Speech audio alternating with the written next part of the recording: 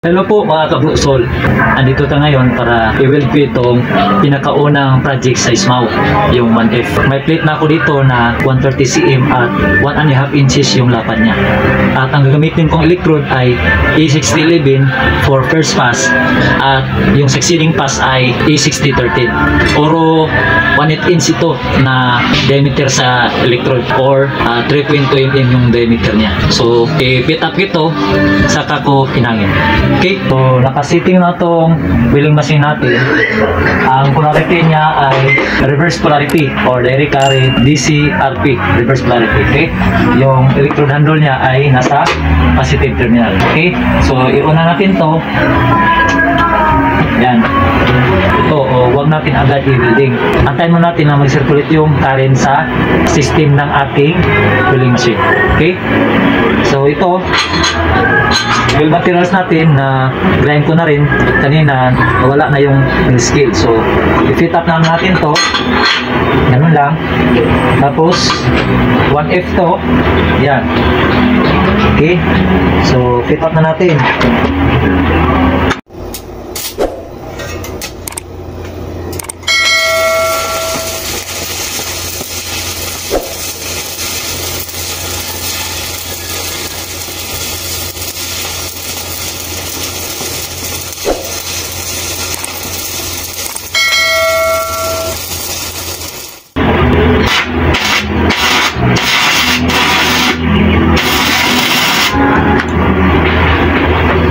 Yung both corner lang yung itaking natin, okay?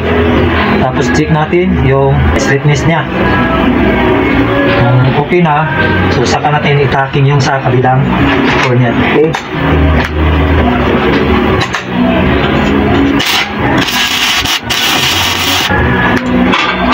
Taking natin ang maigi, maayos mo para hindi siya matanggal. Yan. Okay, so okay na to. Yung 1F nakaganon yung posisyon niya. So itakin natin to nakaganon. Okay, ganyan.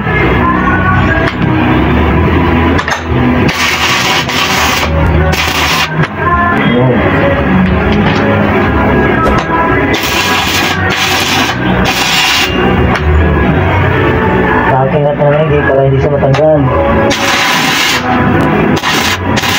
So, ito yung 1F. Okay? So, i-grind na natin yan.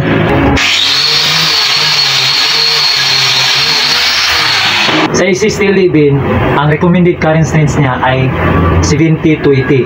So, ngayon, ang current na ibigay ko sa ating machine ay 80 amps for first pass. Okay? So, ang kailangan sa paghinang no ay ABC yun. Always be comfortable. Okay? Kung comfortable ka, one hand, okay yun. Pero sa akin, mas comfortable ako, lalo na pag critical yung hinangin ko. Nakasupport yung, nakaganon yung siko ko, tapos nakasupport yung kamay dito sa electrical handle. Ganun ako maghinang.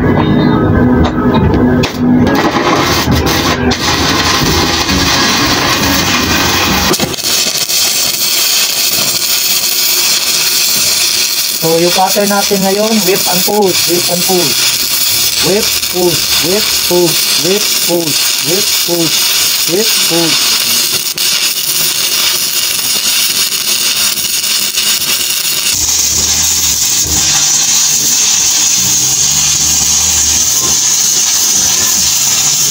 Whip and push.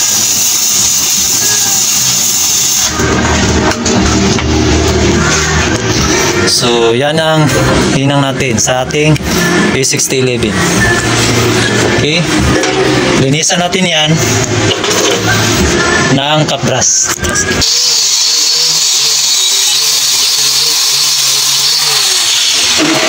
Bago tayo maghinang gamit itong E6013 na electrode na 1/8 inch, ay kailangan na malinis yung ating weld material, lalo na yung weld bed natin. Tulad nito, may nag-build up. Ito ay kailangan natin i-flatten down yan, i-grind natin yan para pag hinang natin mamaya sa E6013 ay level din yung weld bed natin. Okay? Grind ko ito.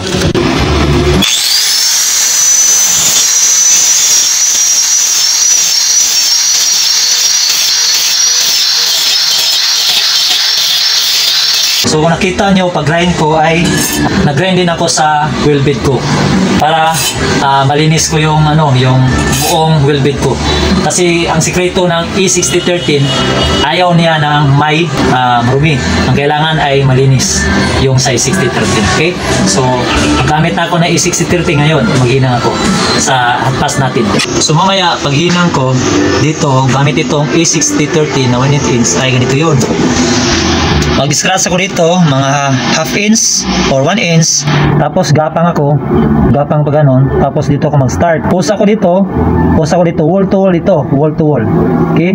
Push, push, push, push. Okay? Wall to wall, or pwede zigzag to, pwede ring circular. Push, ikot, wall to wall dapat. Okay? At siyempre itong current natin i-adjust natin pataas. Kanina ay 80 yon, ngayon bigyan ko na siya ng 130. Okay? 130. Dapat push, push, push, push, push, push, wall to wall. Push, push, push, push.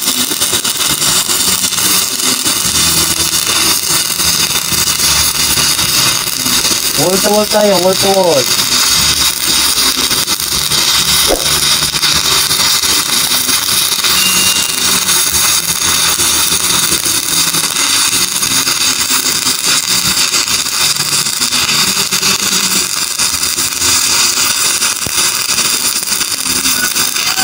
Zigzag to, zigzag.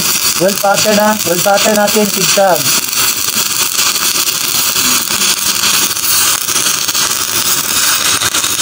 So linisan natin to.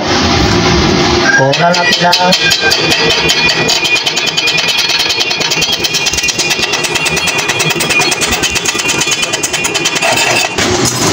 Ito yung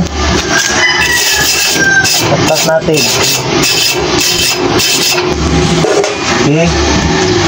So kung nakita nyo ito kailangan makuha to, slugs na to. Okay, tan ko ng cut brush pa yan. So ngayon ay dalawang bead ang ilagay ko dito, no, na final fast niya. Parang ganito yon. Halimbawa ito yung bead natin, nakaganon yung wheel bead natin. Overlaying yun siya. At yung pag-overlay na to, yung guide natin, itong pinaka 2 ng ating wheel bead. So ang procedure ay, kung nagsimula ka dito, dapat ang last bead mo ay dito. Okay? Ang E6013 pala, ayaw niya ng mahina ang current. Kailangan ay mataas. Okay? So pwede din nating sundin kung anong nakalagay sa packaging ng electrode. Okay? Ito E6013 na electrode, yan yung recommended na current range niya, 90 to 130 amps. So ayaw niya ng mababa. So mula sa 90 hanggang sa 130 amps. So ang binigay kong current ay 130.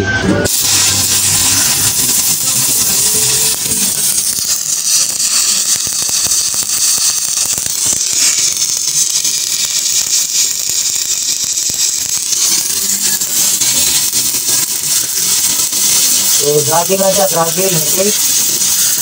Yung first final part natin, yung first reinforcement. First bead natin. So i-chipping ko siya.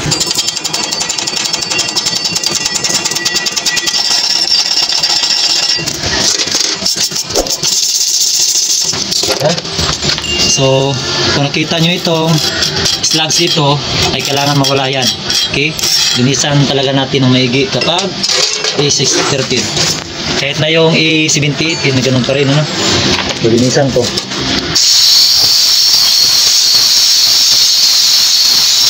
So ito na yung first capping natin. So mamaya yung pinaka-guide din natin, ito yung tool ng ating wheel bead na first na capping. Ano? Para mag-overlap siya dito kalahati. Yung overlapping niya o overlaying niya. Okay?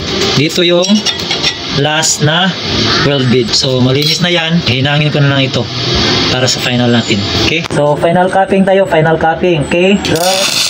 Yan. Tatapang. Tapos ngayon, ang welding pattern ko ay circular. Inikot ko ng kaunti. Wheel pattern ay circular.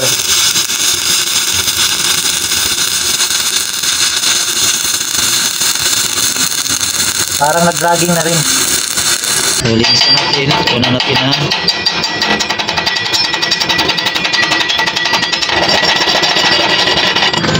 So, ayan yun. So, ikapras ko siya.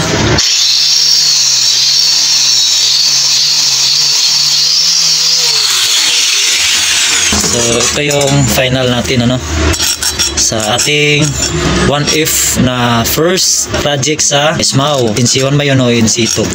So 1F to. So dalawang wheel bead. May spatter tayo na wheel defix oh. Yan o, wheel defix na spatter. Tapos yung may mga slag din dito.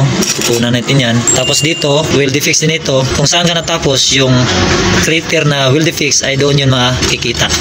Okay, wheel defix to na crater. Okay, ito spatter to. Spatter na yung parang buhangin ay spatter. Yan o, ang daming mga parang buhangin. Spatter yun. So sana may natutunan kayo kung paano hinangin itong 1F.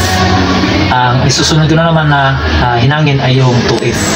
So huwag niyo kalimutan mag-follow, mag-like, at may YouTube channel din ako, yung Soul Garage, ay pwede niyo din bisitahin yun. Okay? Sana ay patuloy kayong at sumuporta sa akin. Okay? Maraming salamat po mga kaguso.